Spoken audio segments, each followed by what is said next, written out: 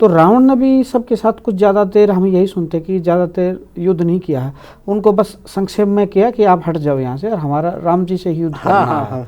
जी। हाँ, इसके पीछे इसमें क्या होता है कि उसके बाद केवल 2 रथी युद्ध होगा आगे। अच्छा। अभी वो दोबारा रावण फिर आएगा भी, यहाँ से जब जाता है तो वहाँ पर केवल 2 योद्धा रह जाएंगे और बाकी सब केवल एक तरह से दर्शक होते हैं। मतलब यहाँ एक थोड़ी जिज्ञासा हो जाती है कि चलो और सभी योद्धा होगा तो रावण से युद्ध करना के श्रेय मिलता भी, हमें रावण से युद्ध लड़े या शायद हम ही हरा दे। रावण उन योद्धाओं से जबकि बदला ले सकता था, सुग्रीव से भी, हनुमान जी से भी युद्ध कर सकते थे, वो परिणाम तो एक अलग विषय है। तो उन्होंने हनुमान जी से भी ज़्यादा देर युद्ध नहीं किया, लक्ष्मण से भी नहीं किया, क्योंकि उसका भी उद्देश्य क्या है ना, उसका भी उद्देश्य सिर्फ ये प्रभु से ही उसका वो होना है, मरण और प्रभु की शरण में जाना है। और वैसे भी वो अपना एक स्तर है, उसने कहीं अपने इस स्तर से कहीं नहीं किया, भाई मैं अपने से नीचे स्तर वालों से क्यों करूं। यानी कि आज के समय हमें सिखाता है रावण का ये प्रसंग कि अपने स्तर से नीचे वाला से युद्ध नहीं करना। नहीं जना, अभी उसके रावण उपदेश में बताएंगे, उसने बहुत अच्छा उपदेश दिया है कि मित्र से अधिक चुनाव हमें शत्रुता का करना है। तो उसमें चीजें और स्पष्ट करेंगे। अभी क्या होता है, लक्ष्मण जी के साथ ही विभीषण जी भी आते हैं और विभीषण जी ये कहते हैं प्रभु जो शत्रु है वो ऐसा सामान्य नहीं है, इसलिए आप पहले की तरह से हनुमान के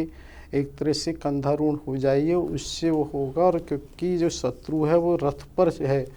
प्रभु ये कहते हैं किसी रथ से युद्ध नहीं जीता जाता, शौर्य धैर्य और उससे युद्ध जीता जाता है। क्या तुम्हें लगता है कि इसका रथ ऐसे ही बना रहेगा? कोई इसको, क्योंकि वो वहाँ पर इस तरह से भी वो उसके धनुष और उससे चला रहा होता है। तो यहाँ पर ये चीज़ महत्वपूर्ण है कि प्रभु क्या करते हैं कि उसको ना एक तरह से इतनी उग्र वो करते हैं, पैदल ही भले ही वो वहाँ से युद्ध कर रहे हैं, कि जो उसके ऊपर बाण वर्षा करते हैं। तो क्या होता है कि जो उससे जो उसका कवच है वो कवच एक तरह से टूट न कहीं घायल हो जाता है और उसके बाण हो जाते हैं। लेकिन क्योंकि वो रथ है तो रथ पर पहले से इस तरह की स्थिति में संभावना रहती है,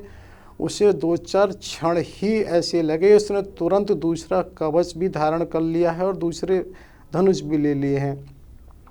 प्रभु उस पर फिर आक्रमण जब करते हैं तो ये देखते हैं कि जो अब की बार उसके जो एक तरह से अश्व है और रथ है उसका भी वो कर देते हैं समाप्त।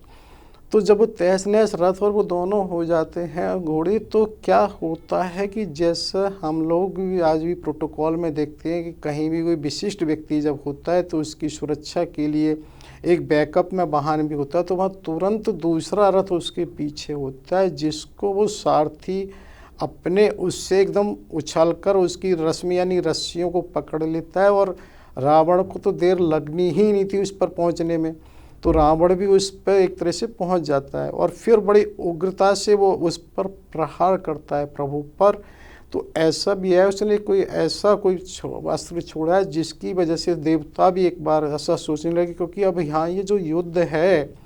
अंतिम पड़ाव पर है, तो उस युद्ध में पूरी तरह से देवताएं और सुर वगैरह उस तरह से शामिल हैं और वो भी वहाँ देख रहे होते हैं। तो वो भी ये सोचते हैं अरे प्रभु ने भी उसको एक तरह से सह लिया है। तो होता क्या है कि प्रभु अब एक तरह से उग्र हो जाते हैं और उन्हें स्मरण आ जाता है कि अरे तू सीता हरण करने वाला, तो उनको इस तरह से उग्रता आती है कि अब जो वो वहाँ पर अपनी त्रोण से जो बाण निकालते हैं वो एक होता है, और जब प्रत्यंचा पे रखते हैं तो होते होते 10 हो जाते हैं, और जब खींचते खींचते वो 100 हो जाते हैं, छोड़ने पर 1000 हो जाते हैं, और लक्ष्य की तरफ पहुँचते पहुँचते लाख हो जाते हैं, लाख लाख हो जाते हैं। तो इस तरह की स्थिति देखकर होता क्या है कि रावण को भी ये करना बड़ा मुश्किल हो गया कि कौन सा मूल है और कैसे उसको वो किया जाए, क्योंकि मूल बाण फिर भी लौट के उनके त्रोण में ही आ जाता है। तो इस स्थिति से एक तरह से वो ऐसा घबरा जाता है, क्योंकि अब उसके कोई विकल्प नहीं नज़र आता है।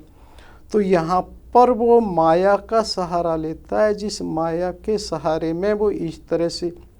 होता है कि ऊपर से जलते हुए पहाड़ गिर रहे हैं समुद्र में, जैसे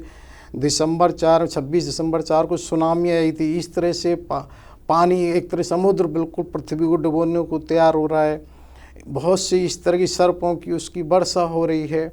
और इसको हम इस तरह से भी समझ सकते हैं कि आर्टिफिशियल इंटेलिजेंस से आज भी हम जैसे माया कह सकते हैं कि बहुत सारी चीज़ें ऐसी बना दी जाती हैं, ये पहचानना मुश्किल होता है क्या मूल है और क्या बनावटी है। तो उससे प्रभु पे तो कोई प्रभाव पड़ना नहीं है, लेकिन कई बानरों में तो थोड़ा सा ऐसा हो जाता है। तो यहाँ एक चीज़ ये भी है कि क्या ये वास्तव में माया इस तरह से हो सकती है, क्योंकि एक चीज़ आपने तो बहुत संतों का सानिध्य रहा है, सुना होगा, ऐसे ऐसे विलक्षण संत